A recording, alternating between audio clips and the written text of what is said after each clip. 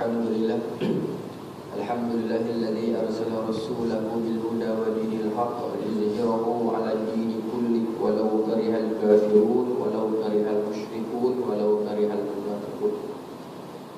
Muslimin muslimat yang dirahmati Allah sekalian, pertama-tamanya kita merafakkan rasa kesyukuran kita kepada Allah Subhanahu wa taala kerana dengan limpah kurnia yang Allah berikan kepada kita tuan-tuan, pagi ini kita dapat bangun sembahyang subuh secara berjemaah. Nabi sebut raka'ata fil fajr khairu min dunya wa ma fiha. 2 rakaat subuh lebih baik daripada dunia dan isinya. Muslimin muslimat yang dirahmati Allah sekalian, pertama nak minta maaf sebab sorong ataupun nafdah. Saya baru sampai daripada Kuala Lumpur semalam hari Jumaat petang. Lepas tu semalam kami ada karnival di Masjid Tasik Gelugok lah ni. Kan sekali kita duduk langsung karnival di Masjid Tasik Gelugok, Masjid Pajak Besar, Masjid Betang kan di Pulau Pinang. Ada karnival di sana. Sampai Oktober malam lewat. Lepas tu kita ada program anak muda sikit. Terus pagi sampai ke sini lah. Tu yang suara jadi rock sini. Kan, minta maaf. Muslimin yang dirahmati Allah sekalian, pada pagi ni kita nak berkongsi sikit lah kan. Subuh-subuh ni kita tengok buat berat. Kan, pasal waktu subuh ni dia tak boleh ada 2 benda berat duduk sekali. Kan, kalau sebab waktu subuh ni mata kita dah berat. Kan, kalau kita bawa tajuk berat juga, Allah tak boleh. Kan, muslimin yang dirahmati Allah sekalian, di dalam Al-Quran Allah menyebut kepada kita, Allah menyeru kepada kita, afala yatadabbaruna al-Quran. Kan, apakah kamu tidak tadabbur kepada Al-Quran? Apakah kamu tidak melihat isi-isi Al-Quran? Apakah kamu tidak merenung akan isi-isi Al-Quran? Di dalam Al-Quran ini tuan-tuan kita bahagikan kepada 3 bahagian. Yang pertamanya Allah menceritakan kepada kita tentang masa lepas, sejarah. Kemudian Allah menceritakan kepada kita tentang masa yang sedang berlaku sekarang, syariat. Kemudian Allah ceritakan kepada kita tentang masa depan, tentang akhirat dan sebagainya. Dan kalau kita melihat tentang sejarah, kisah-kisah yang Allah ceritakan kepada kita dalam Al-Quran, maka kita dapat melihat di situ terdapat begitu banyak hikmah yang dapat kita ambil pengajaran. Sebab Allah tak tulis saja, Allah tak turunkan saja kisah ni tuan-tuan kalau tak ada pengajaran. Kan, kadang-kadang kita bertanya kepada diri kita, kenapa Allah turunkan cerita tentang Habib bin Najjar dalam surah Yasin? Kan ada ayat waja'a min aqsal madinati rajulun yas'a qala ya qaumi ittabi'ul mursalin. Kan, dalam ayat surah Yasin tu kata, dan datang berlari seorang lelaki kepada kaumnya dan berkata, wahai kaumku, kan ikutlah Rasul ni. Kan, kisah ni berada dalam surah Yasin dan Allah tak tulis saja. Kan, begitu juga kisah yang berlaku kepada sekelompok kaum yang Allah sebut dalam Al-Quran, yang banyak para mufassirin tafsir dalam tafsir mereka tentang kisah Ashabul Ukhdud. Tentang kisah satu kampung ni, Ashabul Ukhdud ni. Ada sebut satu bandar, ada sebut satu kota, ada sebut satu negeri. Terpulanglah terlebih dalam satu kawasan Ashabul Ukhdud ini. Baik, soal pelarang. Baik, dalam kisah Ashabul Ukhdud ini tuan-tuan, kalau kita merenung kepada kisahnya, penduduk kawasan ni, negeri ini, dia diperintah oleh seorang raja yang sangat percayakan kepada konsep tilik-menilik, konsep sihir dan sebagainya. Dan raja ni ada seorang tukang tilik, ada seorang ahli nujum, orang kerapu, kemudian barang skater macam ni, dan dia ada seorang tukang tilik. Jadi pada satu hari, tukang tilik ini, ahli nujum ini, tukang sihir ini berkata kepada raja ni, tuanku patik dah 56 lah. Patik asal tahun ni retirement ni, kena pencen ni. Tuanku kata, pencen dah naik 60 lah ni. Oh, okey. Apalah tu boleh lipat tu. Kemudian ahli nujum ni bila sampai tempoh tu, jumpa dengan tuanku, kata, tuanku patik nak retire lah, patik nak pencen lah. Patik dah lama dah berkecimpung dalam arena sihir-menyihir ni. Patik asal patik kena berhenti pula, kena duduk di rumah dengan cucu pula. Kan? Tuanku ni kata kepada ahli nujum tu, bukan aku tak mau lepas kau. Kan? Bukan tak mau bagi hampi, tetapi belum ada pelapis. Tolong carikan seorang mana-mana remaja, mana-mana pemuda. Kau latih pemuda tu sampai jadi hebat, ahli hujung macam kau ni, kemudian boleh berhenti. Kan? Bila raja cakap macam tu tuan-tuan, bila raja kata macam tu, ahli hujung ni pun berpakat dengan unit-unit media negara tu lah, dengan kawasan tu lah, bakat-bakat dan mereka hebohkan uji bakat. Macam uji bakat lah zaman tu kan. Zaman kita sekarang uji bakat, zaman tu tak tahu buat macam mana. Kan? Saya cuba bawa kisah tu dengan suasana bahasa zaman sekarang lah, jadi kita senang faham. Jadi dia buat uji bakat, buat selection, nak cari budak, okay? Remaja, budak lah, budak ada kita umur dalam belasan tahun, nak cari budak yang betul-betul pandai, yang UPSR, yang 5A, yang main sukan, kuat, macam tu lah. Kan? Lepas tu dia buat selection, cari. Pasal nak latih budak ni untuk jadi pengganti kepada ahli sihir tu. Sebab masa ni satu negara tu semua beriman kepada berhala, percaya kepada sihir dan sebagainya lah. Belum ada beriman kepada Allah lagi tu. Cari. Lah lagi punya selection, dapat dekat seorang budak ni. Dia kriteria yang dia ada cukup. Kan?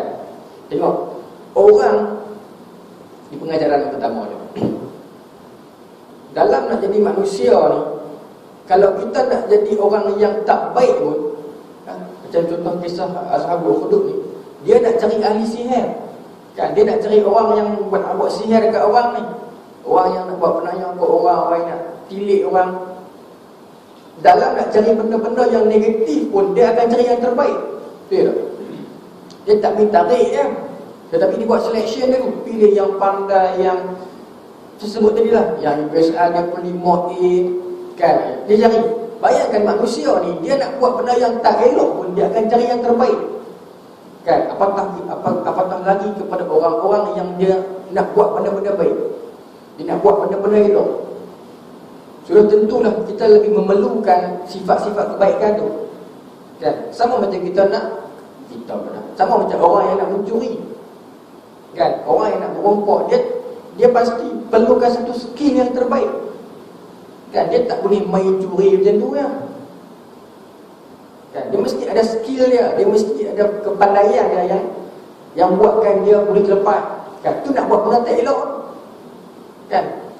Macam syaitan sekalipun lah, dia nak bodoh manusia, dia ada cara dia, kaedah dia, yang kadang-kadang kita pun tak perasan. Macam kisah baru-baru ni, seorang yang kita tengok heboh di Facebook, seorang wanita pegawai bank yang ditembak mati oleh seorang pengawal kan. Tu contoh skill yang tak baik tu. Kan? Dia nak jadi tukang bunuh, tapi dia tak tengok CCTV dulu, dia main tembak kan. Kan? Tu skill dia kurang, dia tak terbaik dalam bidang dia tu. Kan? Ini manusia. Dalam nak buat benda buruk pun, dia akan cari yang terbaik. Apatah lagi kita yang nak buat benda baik ni.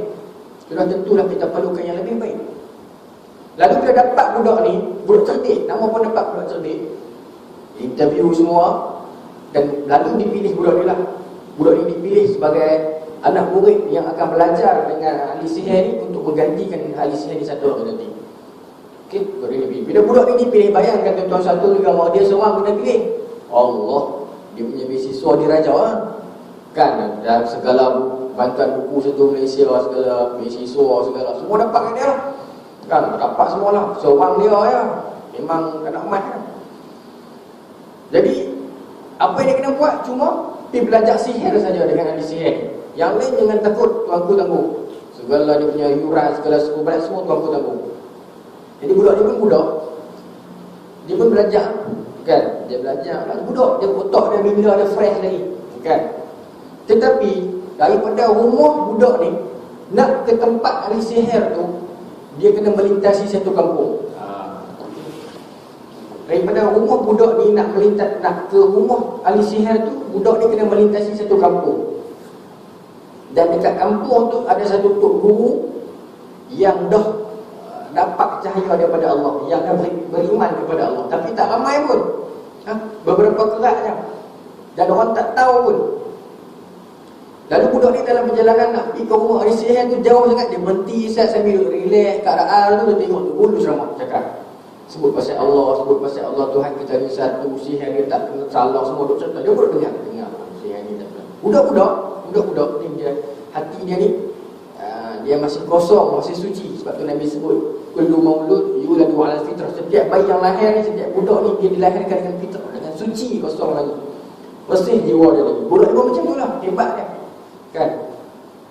Dia duk dengar tunggu ni duk ajar tentang sihir ni salah. Sebenarnya kita ada Tuhan, nama Allah. Tuhan kata ni Esa satu yang tak boleh nampak lagi. Dia dengar, dia minat. Yang dia bersambung perjalanan ke rumah ahli sihir. Dia sampai rumah ahli sihir, dia belajar sihir pula kan. Belajar pula apa yang sukatan pelajaran dia. Belajar pula. Dan dia cuba menilaikan yang terbaru ni. Esok tu dia balik rumah, dia pilih macam tu dah setiap hari kan. Setiap hari jadi macam tu lah.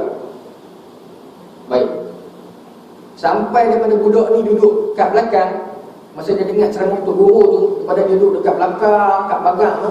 Dan contoh kalau macam ceramah tu dalam surau ni, dia duduk dekat belakang-belakang, sampai ke duduk paling depan ni, dia punya minat nak dengar, nak tahu siapa itu Allah kan, Tuhan kita tu bagaimana dia dengar. Daripada duduk paling hujung sampai duduk paling dekat, sampai jadi anak murid kesayangan untuk guru tu pula. Dia budak ni yang kerajaan. Yang tuan guru tu bagi dia mesti seorang kan. So belajar sihir, belajar agama. Dia dengar, mesti dia cari kebenaran. Tetapi yang dalam masa yang sama, sihir ni dia tak dengar ni. Sebab dia tak tahu yang maksud kebenaran tau. Dia budak ni, macam mana? Terpedik dia budak ni. So dia belajar dulu. Belajar dulu tu senang. Lalu takdir Allah, satu hari dalam perjalanan budak ni nak balik daripada belajar sihir lewat tu, dia dikabarkan melewati satu kawasan yang ada seekor binatang yang cukup bengih. Dan dalam kitab pun dia tak sebut binatang apa, tak tahu binatang apa. Ada kata ular yang besar, Allahu a'lam, kita tak boleh nak tafsir. Jadi binatang lah, binatang yang sangat bengis. Lalu budak ni kata, time ni lah aku nak uji ilmu aku. Time ni lah aku nak uji ilmu aku. Lalu budak ni pergi dekat binatang tu. Pasal binatang tu menghalang orang-orang yang lalu kat jalan tu. Lalu budak ni terfikir, budak cerdik ni budak yang dapat bantuan kerajaan ni. Dia kata, time ni lah aku nak test ilmu aku. Dia pergi dekat binatang tu, dia ambil batu. Dia kata, ya Tuhan aku, dia tak tahu mana satu betul lagi lah kan. Allah ke, sihir ke apa, dia bukan ya Tuhan aku, dia kata. Kalau betul apa yang diajar oleh ahli sihir itu, maka musnahkan binatang ni. Dia balik tak dia apa? Memang tak betul ya. Kan Allah bagi petunjuk kepada dia. Lepas tu tak dia apa? Dia ambil batu lain pula. Dia kata, ya Allah, dia sebut.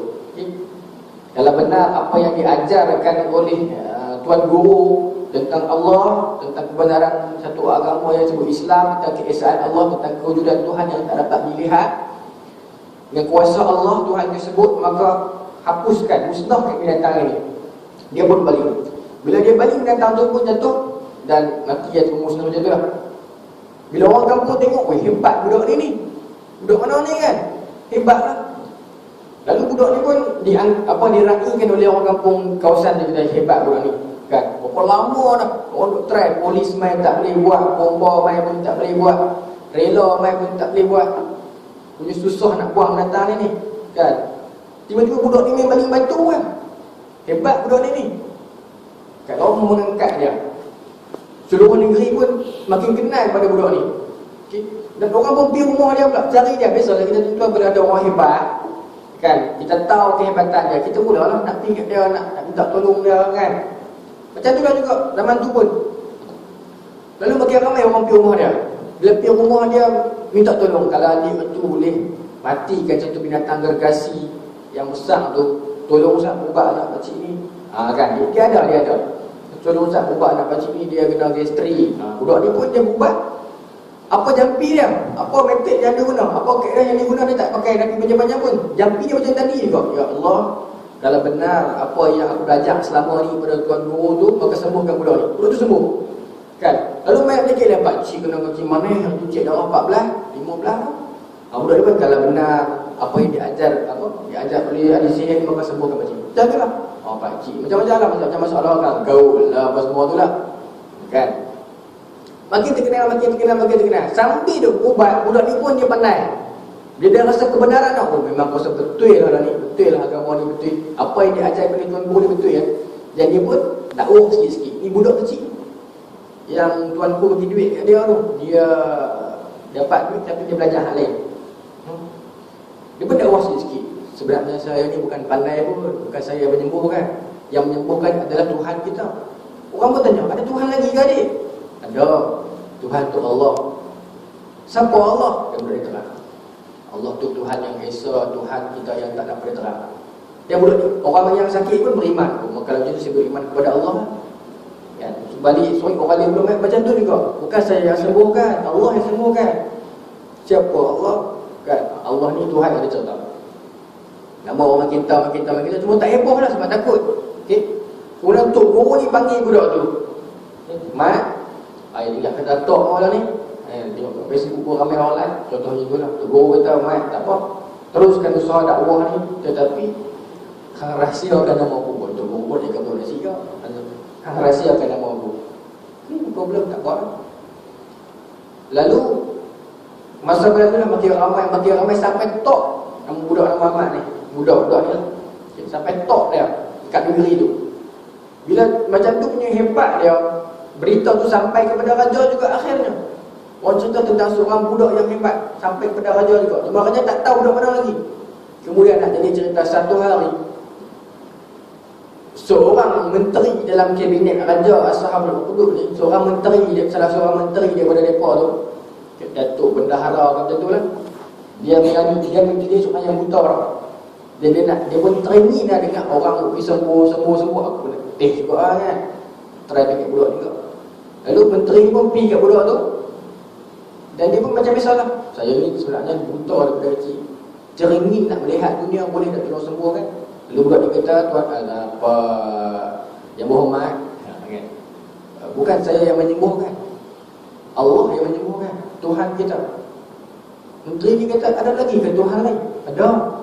Tuhan, malah Tuhan yang satu ni lah, tak ada Tuhan lain lah. Apa, siapa? Allah. Betul ke? Betul.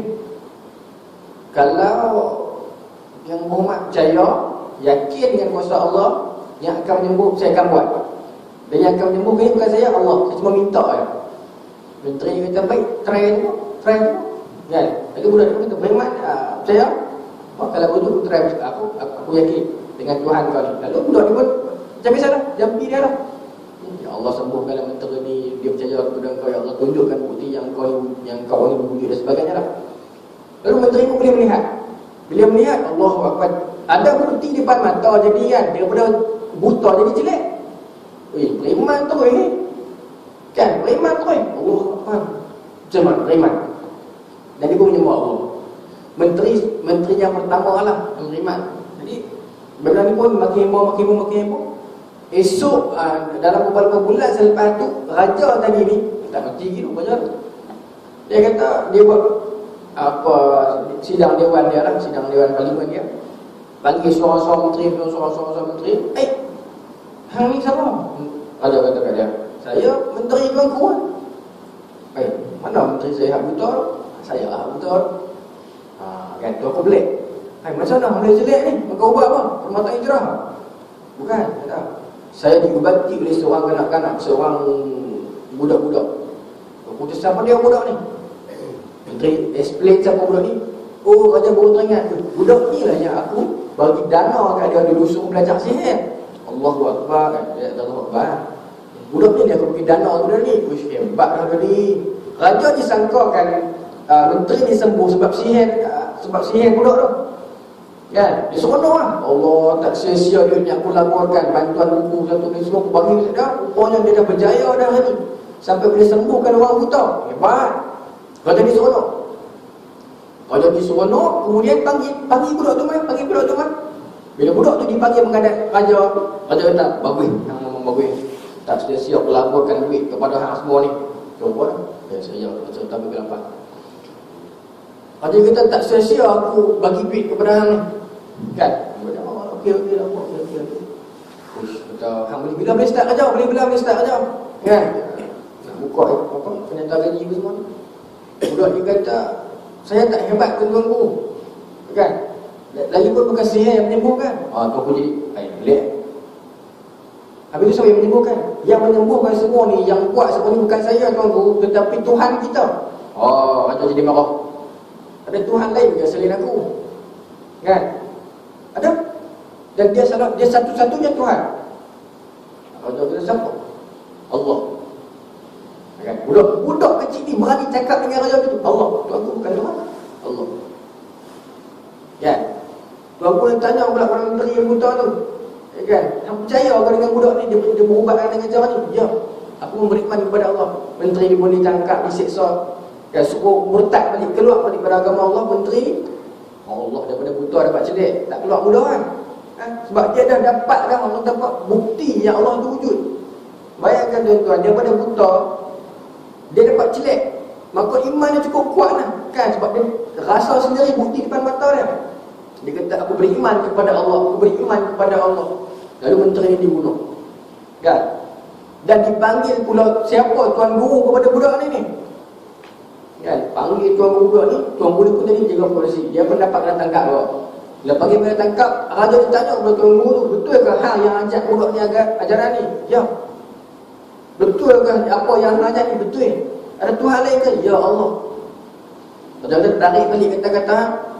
Tuan guru kata tak boleh, memang Allah tu wujud, Allah tu Tuhan kita. Raja gerak, raja suruh pengawal tanam tuan guru ni sampai takat tengkok. Lalu digergaji kepala tuan guru ni belah dua. Kan? Mati dalam keadaan mempertahankan kalimah Allah. Hebat. Budak ni pun nak dibuat benda yang sama, tak jadi. Gaji kepala tak lut. Apa nak orang kata apa ni? Pancung pun tak lut. Tak jadi ni. Buat macam-macam tak jadi. Tuanku kata kat pengawal, bawa dia pergi tengah lautan, buang dia kat laut. Pergi buang pun air main balik. Pelik budak ni kan? Tapi tuanku surrender lah. Pelik sangat budak ni ilmu dia kan. Lalu tuanku kata kat dia, budak cik, aku dah surrender dah ni. Apa yang aku boleh buat kan nak bunuh hang ni? Sampai tuanku tanya macam tu, tak larat nak buat apa dah. Budak ni kata tuanku, betul tu aku nak bunuh saya? Betul ni? Baik, saya boleh beritahu cara dia. Tapi ada syarat. Ini budak pandai macam mana buat ni. Ada syarat. Tuanku kena kumpulkan semua penduduk kota ni mai menyaksikan time tuanku nak bunuh saya tu. Tuanku pula. Dan esok masa yang tu kumpul, saya akan bagi tahu kat tuanku cara nak bunuh saya. Lalu tuanku pun buat ikhlas semua seluruh kota dengar. Esok tu semua penduduk kota tu berkumpul nak tengok macam mana budak ni nak dihukum oleh raja. Budak ni kata, tuanku sekarang ni ikat saya kat pokok ni. Tunggu ikat dia. Untuk bawa panah ni pergi ujung tu. Sebut dengan nama Allah, Tuhan kepada budak ni, aku bunuh dia. Kisah budak ni dihukum tapi tak mati-mati. Heboh dah satu negara tau. Budak ni kena hukum tak mati-mati, kena bunuh tak mati-mati. Dan pagi tu dah tengok siaran langsung budak ni nak dihukum mati. Jadi ramai orang tengok. Budak ni kata, tuanku sebut kuat dengan nama Allah, Tuhan budak ni, aku bunuh dia. Tuanku pun tarik, Bismillahirrahmanirrahim. Tuanku pun Bismillahirrahmanirrahim. Dengan nama Allah, Tuhan budak ni, aku bunuh dia. Tuanku lepas panah tu, kena dan meninggal dunia, syahid. Hebatnya budak ni, cerdik otak dia. Bila orang ramai dengar sebut dengan nama Allah, Tuhan budak ni, dan budak tu pun meninggal. Jadi orang rasa Tuhan Allah ni lah yang betul ni. Nampak tak? Budak ni punya cerdik. Dia sanggup korbankan diri dia nak mengislamkan seluruh kampung penduduk penduduk tu. Kan? Lalu bila penduduk ni dengar, dia pun tahu dah cerita budak tak pergi mati-mati kan. Tiba-tiba dia dengar tuanku sebut nama Allah, mati budak ni. Maka mereka beriman kepada Allah. Kan? Tuanku kata lepas tuanku bunuh, tengok rakyatku sekalian, dah mati dah budak ni, minta bunuh. Kan? Lepas tu tiba-tiba rakyat kata, Allahu Ahad. Kan? Amantu billah, kami beriman kepada Allah. Allah Esa. Betul tak? Tuan pelik. Rakyat sebut benda lain. Dia ingat rakyat nak puji dia, rakyat sebut nama Allah. Kali ini rakyat kata, Allahu Akbar, Allahu Ahad. Kan? Kami beriman kepada Allah. Tuan gerak. Kita seorang-seorang tarik balik apa orang kata. Orang kampung tuan-tuan, orang kota, orang ke negara tu, bila dia tengok depan mata dia sendiri apa yang berlaku, beriman dia timbul. Walaupun baru 2-3 saat je. Kita ni dah berapa tahun hidup dah. Berapa tahun kita hidup dalam Islam dah. Kalau saya umur saya 23 tahun dah hidup dalam Islam. Dengan Allah ni hari-hari lah. Tapi iman tu tak sampai tahap mereka walaupun mereka tu baru 2 saat. Kan? Baru 2 saat saja tengok keadaan tu, tapi iman mereka tu cukup kuat. Nak banding dengan kita 20 tahun, 30 tahun ni. Kan? Dia baru 2 saatnya. Tetapi sebab dia nampak depan mata dia bukti tu. Kan? Raja kata kalau kamu tak tarik balik, aku bunuh. Tak peduli seorang-seorang aku bunuh. Ya, beriman kepada Allah, beriman kepada Allah. Sedangkan dia pun tak tahu lagi tu. Tak kenal lagi, tak belajar tauhid lagi, tak belajar fiqh lagi, tak belajar syariat lagi. Tetapi iman dia kepada Allah tu mula-mula. Kan dia yakin sungguh. Macam sama juga dalam kisah Firaun, dalam kisah Nabi Musa bila dia lawan tongkat dengan ahli sihir. Ahli sihir yang bersyirik ni, bila dia tengok Nabi Musa lempak tongkat keluar ulat betul ya. Bukan yang tali jadi ulat. Dia beriman kepada Allah tu direct. Kan? Fa'ulqiyas sahratus sajidin, bila Nabi Musa lempak tongkat tu dia beriman. Ahli sihir yang paling hebat tu beriman. Sebab dia yakin kalau ahli sihir ni trik dia tuan-tuan. Trik ahli sihir ataupun ahli silat mata. Kalau kita contohlah, kalau kita banding tongkat, kita kata tongkat ni akan jadi ulang terbalik. Orang yang tak ada ilmu sihir, tak ada ilmu silat mata, dia akan nampak itu ulang.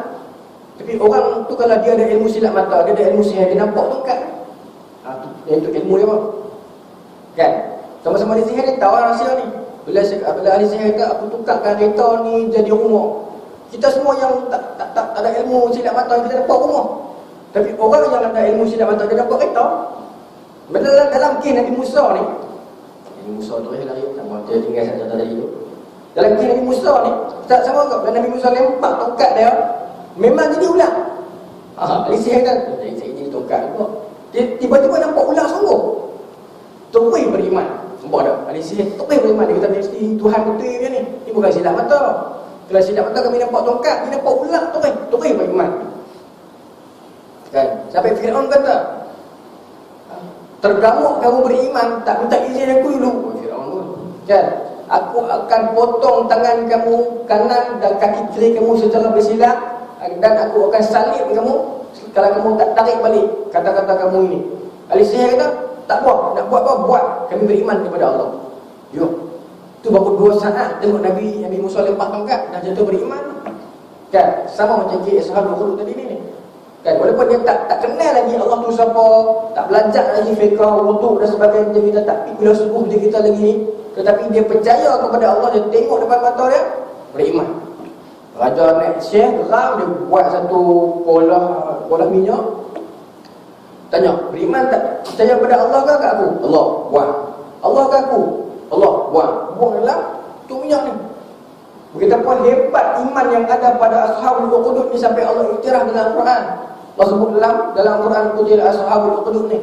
Kisah dia Allah sebut dalam Quran. Sebab hebat iman dia ni. Sebab seorang budak yang cerdik, kuasa seorang budak yang umur 12 tahun je, tetapi mampu mengubah satu negara, beriman kepada Allah. Sampai raja tak tahan buang seorang, Allah tak biarkan negara itu diserang. Kan penghujung kisah tu tak. Pengajaran dan tuan-tuan dan puan-puan, nampak dulu. Lihat pada kisah ini, bagaimana pengajaran yang Allah nak bawa kepada kita. Iman seseorang itu, meskipun dia masih baru, masih belum belajar lebih jauh lagi, tetapi sebab bila dia dah yakin kepada Allah, tidak ada apa-apa yang boleh mengubah dia. Tetapi kalau orang tu walaupun dah lama dalam bidang Islam, walaupun dah lama jadi seorang Islam, selagi tidak ada keyakinan dia kepada Allah, maka bila mai godaan-godaan, bila mai dugaan-dugaan yang sikit pun dia akan tewas. Ini Allah tunjuk kepada kita.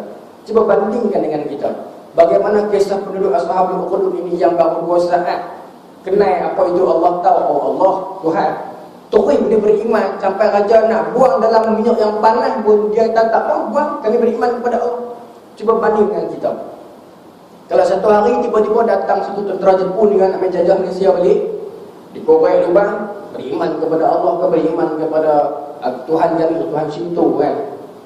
Dia korek lubang nak minyak panas. Kita pun ada Allah ada. Saya beriman dengan Jepun ni. Terus padahal kita Islam dah 40 tahun. Kan? Beriman kepada Allah kan beriman kepada Jepun. Allah, Jepun lah, kami Jepun. Terus mengaku. Boleh. Dia tidak ada keyakinan dalam diri kita, dia macam tu. Kan? Tetapi orang yang boleh ada keyakinan kepada dia, dalam diri dia tentang Allah, meskipun baru 2 saat, 3 saat tahu kenal sikit apa itu Allah, maka dia akan jaga iman dia meskipun diukur, meskipun diancam. Muslim yang dirahmati Allah sekalian, inilah yang kita kena jaga hari ini. Iman kita, etika kita, akidah kita. Nabi sebut dalam satu hadis sebagai penutup tersebut. Dalam satu hadis Nabi menyebut, panjang hadis ini saya ambil sekelak je lah. La taftariqanna ummati ala 73 firqah, wahidatun fil jannah, 76 fil nar. Umat aku pada akhir zaman kalau akan berpecah kepada 73 golongan. 72 akan masuk neraka, 1 saja akan masuk ke syurga. Contoh kita beratok 73 orang untuk minta kerja. Seorang saja yang ambil kerja tak dapat. Lagi 72 tak dapat. Kita rasa kita dapat. Besar betul tak? Besar. Bayangkan dia buat ada 73 golongan, Nabi kita Islam akan berpecah kepada 73 golongan akhir zaman. Dalam 73 golongan ni, dalam banyak-banyak ni, 1 golongan yang masuk syurga. Golongan apa? Sahabat tanya. Nabi kata Al-Jamaah. Ulama tafsir Al-Jamaah ni apa? Al-Jamaah atau Al-Sunnah wal-Jamaah, yang dia tidak mensekutukan Allah, dia tidak menghina Nabi, tidak menghina sahabat, dan dia percaya kepada para sahabat Nabi. Allah ada beriman kepada rukun Islam dan beriman. Dia tak ada kepercayaan karun. Dia tidak ada percaya yang malaikat diberi silap bagi wahyu ke sahabat ni semua salah ke Nabi apa Sayyidina Osman tak betul, tak ada. Dia percaya kepada Allah, Nabi dan para sahabat, maka Ahli Sunnah wal Jamaah. Jadi kita pelihara lah. Hari ni kita ada masalah tuan. Tahun 2012, 2013 ni. Tetapi macam mana dengan tahun 2023 nanti? Tahun 2020 nanti, anak-anak kita nanti ni. Sekarang mungkin boleh lagi lah kalau kita kata kalau kita sebut Ahli Sunnah wal Jamaah ni kan.